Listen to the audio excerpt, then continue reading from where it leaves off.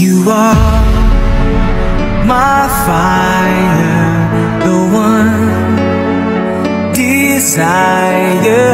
Believe when I say I want it that way. Alright, it's that way. Alright.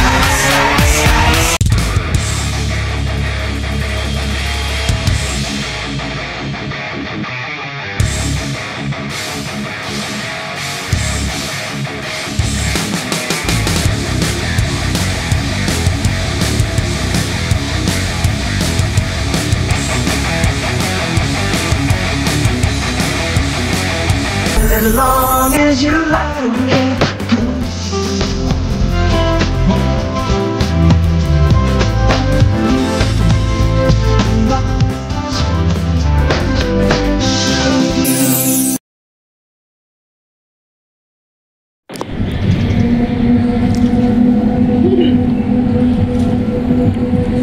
Ito yung puno ng mangga. Hello guys, welcome back to Batang Pungo. Go Santo. Ayan. Ito yung papasok tayo sa loob. Papalan tayo sa mga may-ari ng bahay na walang tao na katulad yan. Sisilipin natin yung guys. Sisilipin natin. Para may tao sa ano, sa likod, para may nakatungaw.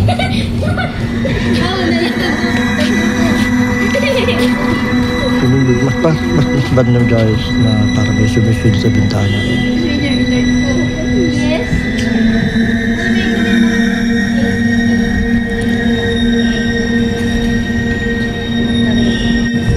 Wala na guys.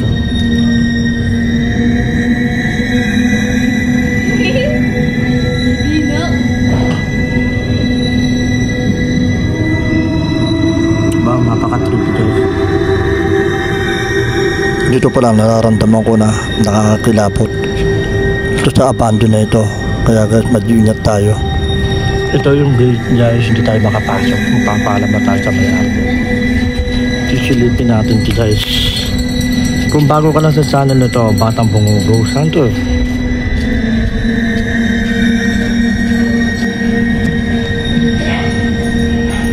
Yan guys,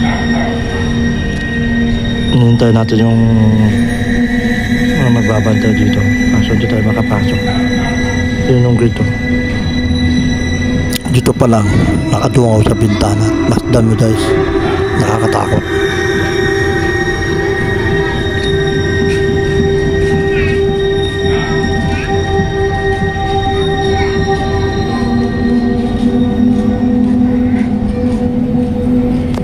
Hindi nakakatakot talaga yung pumasok sa loob.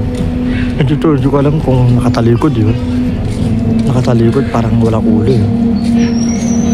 Pang masdan mo guys, no? Kala mo nakatalikod, no? Kaso walang ulo.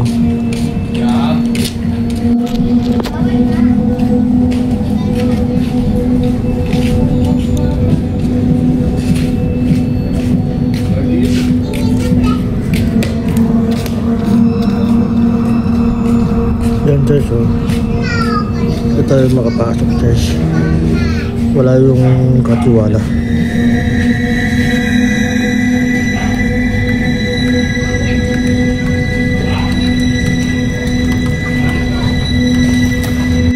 Wala yung taga-bantay man sa sila.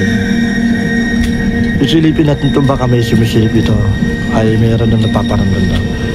May nasasalib sila nung pagdumadaan ng mga tao siya. Parang may nasasalitan.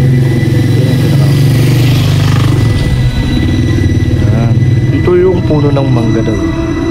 Ito sa tabi sa likod ng bahay. Puno ng mangga. Kaya pinapaalam ko muna yung tatiwala kasi hindi tayo basta-basta papasok tayo. Tingnan natin, silipin natin.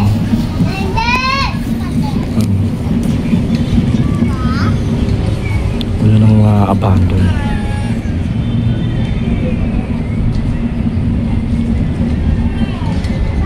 Tingnan natin, silipin natin, baka may sumisilip.